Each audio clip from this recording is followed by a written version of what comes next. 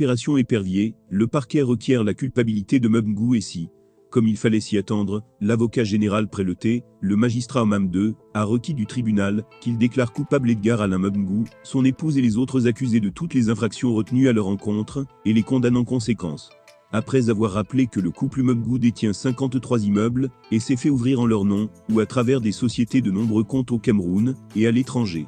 De même, il rappelle que d'après la Commission rogatoire internationale en France, l'ancien Mindef et son épouse détiennent 781,000 € de biens en Europe et possèdent également 39 véhicules et engins lourds. Des biens dont ils n'ont pas cru bon de décliner origine, bien qu'ils aient répété tout au long de la procédure que leur patrimoine a été acquis de manière progressive et que les postes occupés par l'époux, préfet du Mundi, directeur du cabinet civil de la présidence de la République, délégué général à la Sûreté nationale, ministre délégué à la présidence chargé de la Défense, puis ministre des Transports, soit 12 dans la préfectorale et 21 ans, comme ministre ou assimilé, et les activités génératrices de revenus de l'épouse depuis leur union en 1984, au-delà de son salaire de 425,000 FCFA, justifiait largement ses biens. L'avocat général est en effet convaincu que le sieur Mbengue et son épouse se sont livrés à des activités de blanchiment des capitaux, sans toutefois en apporter la preuve. La quantité et la qualité des biens du couple est en déphasage avec leurs revenus. En s'associant à son époux et en facilitant par la réception des fonds,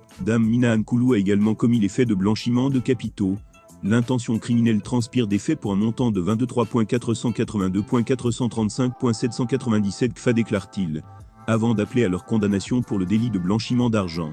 S'agissant de l'intérêt dans un acte, il est reproché à Edgar Alain Mbengue d'avoir pris directement ou indirectement un intérêt dans les marchés à Limousine Prestige Service, société de son épouse, pour lesquels il a ordonné les paiements.